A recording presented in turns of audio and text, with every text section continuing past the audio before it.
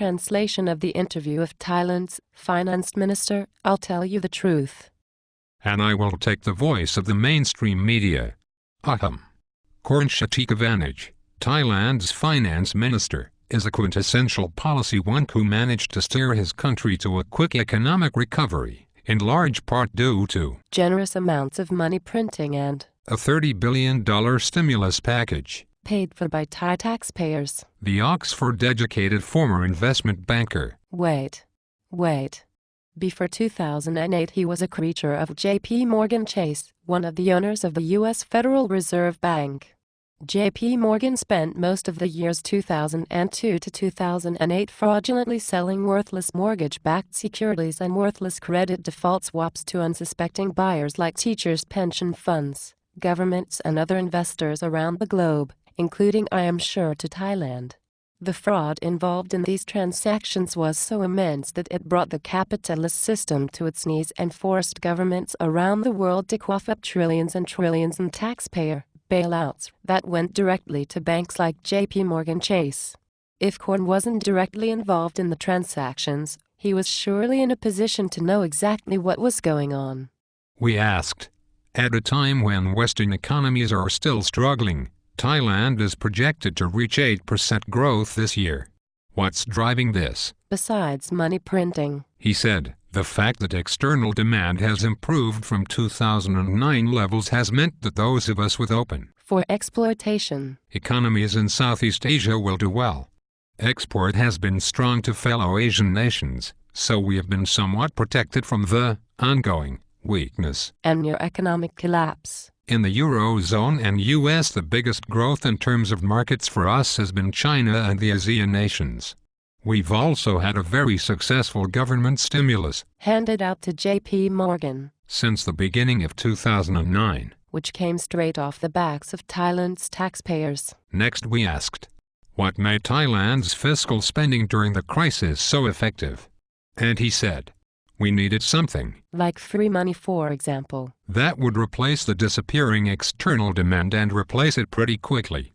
The first step was designed for short-term impact. We literally wrote about 9 million checks to low-income households for $70. And a grand total of $630 million, 2% of the total stimulus, with the other 98% likely going to banks, including presumably Siam Commercial Bank, the King's Bank, and to J.P. Morgan. In the belief that they would have the greatest elastic demand and we would be able to leverage that increased spending in the domestic economy. I can tell you right now, the overwhelming majority of those $70 checks went directly to big box stores Big C, Tesco and Carrefour. I am not sure about Big C, but Tesco and Carrefour are foreign companies exploiting a Thai plantation that worked really quite well. On top of that, we also provided extra old age stipends to about 6 million pensioners and provided income guarantees for 4 million farmers who were almost all in the low-income bracket. The money was printed up out of nothing and stuck as debt on the back of Thai taxpayers. While it is great that old folks and farmers got some extra cash, they will pay for it down the road with much higher prices across the board. But then, it's the thought that counts. Next we asked, is any of this growth driven by manufacturers fleeing China as costs there increase? And he said, countries like Vietnam and, to a different degree, Thailand somewhat benefited from that, but more Vietnam than us. They're more into low-cost manufacturing than we are. Since Thailand helped to destroy their industrial capacity by bombing them into the Stone Age in the 1960s through hosting American troops and allowing American bombers to take off from Thai airports. We went through that about 2 decades ago.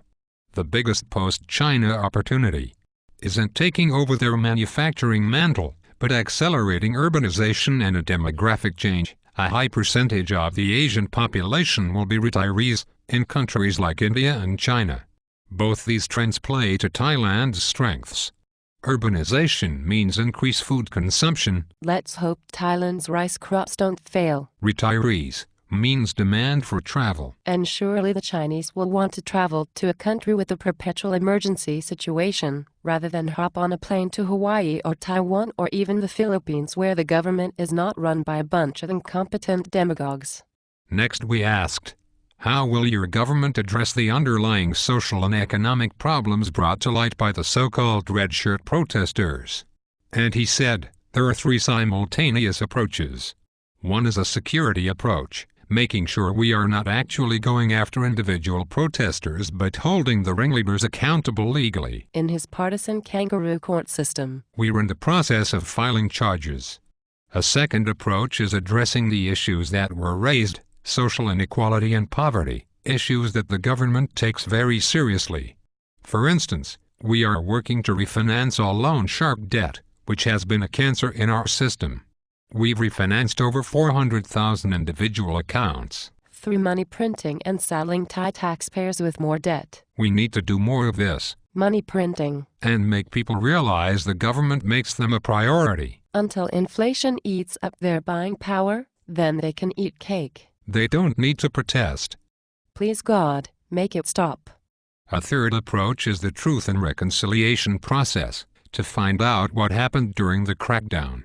This is being handled by an independent body. An independent body controlled and managed by the PAD. Next we asked, the Western narrative of the protests this spring was that it was a class struggle between urban and rural Thais. Is this accurate?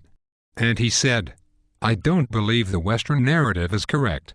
There is a genuine income distribution gap. Not a class issue. There are genuine differences in people's access to resources. Not a class issue. All of these need to be addressed as quickly as we can. Arguably, this government has done more money printing for the poor than any recent government. The big truth is these inequalities do exist, but the big lie was that this was what the conflict was about. It wasn't.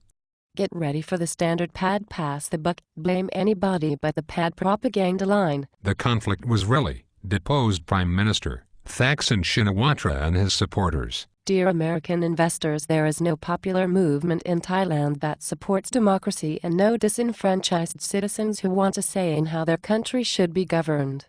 There is nobody here worried about their vote being overturned by an illegal military coup.